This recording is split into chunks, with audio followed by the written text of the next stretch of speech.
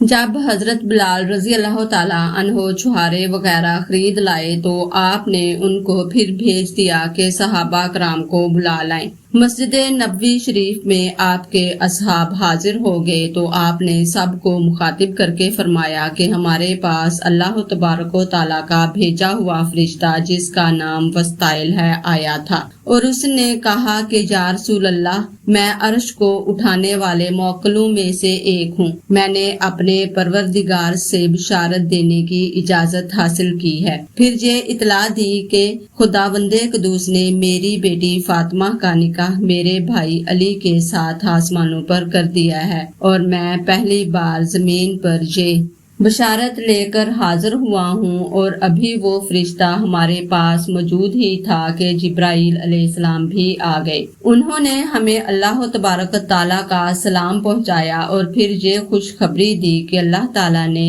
अली और फातिमा का निकाह 40,000 फरिश्तों की मौजूदगी में आसमानों पर फरमा दिया है। खुतबा निकाह आदम अलैहिस्सलाम ने पढ़ा था और फिर जन्नत के रेशमी कपड़े का एक टुकड़ा जिस पर नूर के साथ 2 सत्रों में ये निकाहनामा लिखा हुआ था हमें पेश किया और फिर जिब्राइल ने हमें बताया कि अल्लाह तबारक व तआला ने आपकी तरफ से फातिमा को जन्नतुल फरदौस के तमाम कितात अता कर दिए हैं और अली की तरफ से हक्के महर की सूरत में जमीन का 5वां हिस्सा अता फरमा दिया है। और फिर अल्लाह तबारक व तआला ने जन्नत के दारोगा रिजवान को हुक्म फरमाया तो उसने मुहिब्बाने अहले बैत की तादाद के मुताबिक पत्ते गिराए और वो पत्ते दस्तावेजों की सूरत में थे। हर दस्तावेज के साथ एक नूरी फरिश्ता भी था और जब क़यामत कायम की जाएगी तो वो फरिश्ते मैदाने हशर में जमा होने वाली खलकत में फैल जाएंगे